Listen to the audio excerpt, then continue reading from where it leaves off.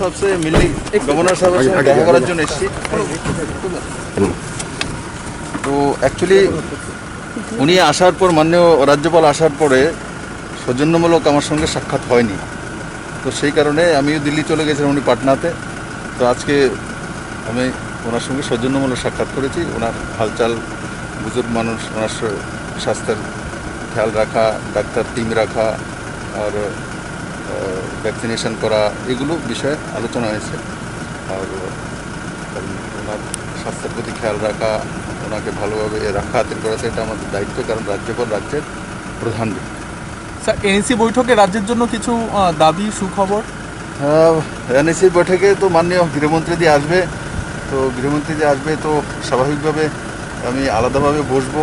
ত্রিপুরার যে আমাদের একটা স্পেশাল প্যাকেজ চেয়েছিলাম এডিসির জন্য, তো সেটার বিষয়ে মাননীয় গৃহমন্ত্রী পজিটিভ আছে, আমার সঙ্গে আলোচনা হয়েছে, আমি পাঠিয়েছি। সেটার একটা বড় অংশের টাকা, একটা অ্যামাউন্ট আমরা চেয়েছি, মাননীয় প্রধানমন্ত্রীর কাছেও দিল্লি দিয়েছি। তো আমি আশা করি গৃহমন্ত্রীর কাছ থেকে সেটা এবার নিতে সক্ষম হব।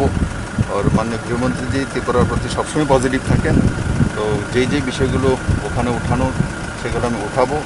বিশেষ করে যে বিষয় হচ্ছে security, border security, internal security, এগুলোর উপর ফোকাস থাকবে, ড্রাগসের উপরে, কারণ সমস্ত মুখ্যমন্ত্রীরা আসবে। তো ড্রাগসের নর্থ ইস্ট থেকে সেটাকে একদম বিনাশ করা, মাননীয় গৃহমন্ত্রীর যে মূল স্লোগান যে 2022-এর মধ্যে নর্থ ইস্টকে ড্রাগস মুক্ত করতে হবে। স্যার, মন্ত্রিসভা সম্প্রসারণ নিয়ে একটি জল্পনা কবে নাগাদ হতে পারে? ও বিষয়ে যখন হবে তখন দেখব। Thank you.